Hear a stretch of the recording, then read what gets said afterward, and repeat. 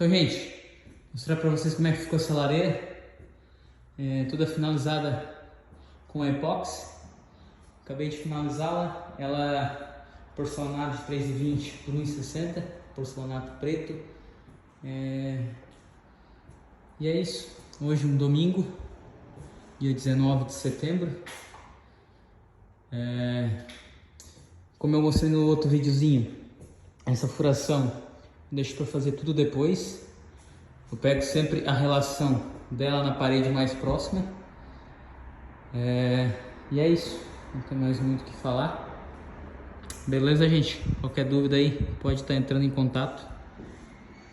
Que temos aí para se ajudar. Valeu!